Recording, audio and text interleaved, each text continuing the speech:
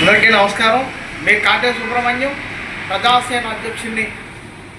భారతదేశ స్వాతంత్ర్యం వచ్చిన తర్వాత భారతదేశంలో ఉన్నటువంటి భారతరత్న డాక్టర్ బాబాసాహెబ్ అంబేద్కర్ గారు రచించినటువంటి భారత రాజ్యాంగము 1950 జనవరి 26వ తేదీన మరి అమల్లోనికి రావడం అనేటువంటి జరిగింది.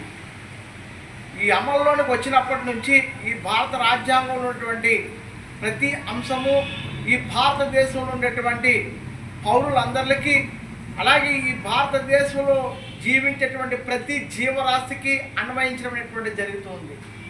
కావున మరి జనవరి 26వ తేదీన అప్పటి నుండి జనవరి 26వ తేదీ భారతీయ గణతంత్ర దినోత్సవంగా, అంటే రిపబ్లిక్ డేగా మరి మన భారత ప్రభుత్వం జరుపుకుంటూ ఉంటుంది.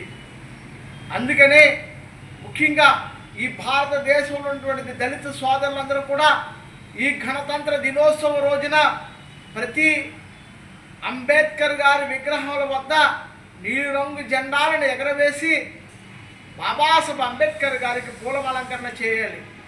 ముఖ్యంగా ఈ భారతదేశంలో ఉన్నటువంటి దళితులు ఎవరైతే దళితులే కాదు, అలాగే మహిళలు ఎవరైతే ఉన్నారో వీరంతా కూడా ఈ కార్యక్రమంలో పాల్గొనాలి.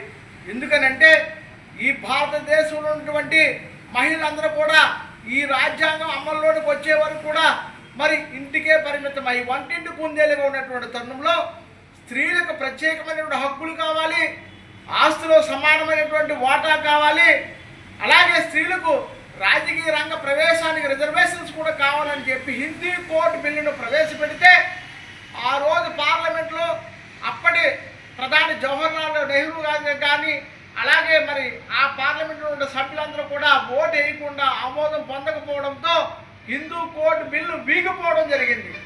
అందుకు గాను మరి బాబాసాహెబ్ అంబేద్కర్ గారు మహిళలను గౌరవించలేని ఇటువంటి చట్టసభలో నేను ఉండను, ఇటువంటి సభ నుంచి నేను రిజైన్ చేసి బయటికి వెళ్ళిపోతున్నానని కేవలం మహిళా బిల్లు కోసమే ఆయన బయటకు వచ్చేటువంటి పరిస్థితి. ముఖ్యంగా అది గ్రహించినటువంటి ఈ భారతదేశంలో మహిళలందరూ కూడా రేపు అంటే 26వ తేదీన భారతదేశ వ్యాప్తంగా జరిగేటువంటి గణతంత్ర దినోత్సవ వేడుకల్లో మహిళలు కూడా పాల్గొని బాబాసాహెబ్ అంబేద్కర్ గారికి మరి నివాళులు అర్పించి, అలాగే మరి నీలిరంగు జెండాను ఎగరవేసి మరి ఆయన యొక్క చిత్రపటాలకు పూలమాలంకరణ చేయవలసిందిగా కోరుచున్నాం. ముఖ్యంగా రామచంద్రాపురం నియోజకవర్గంలో ఉన్న దళిత సోదరులందరూ కూడా నాది ఒకటే విజ్ఞప్తి, బాబాసాహెబ్ అంబేద్కర్ గారు నడియాడినటువంటి నేల మన రామచంద్రాపురం. ఇటువంటి నేలలో ప్రాంతంలో మనం నివసిస్తూ ఉన్నాం.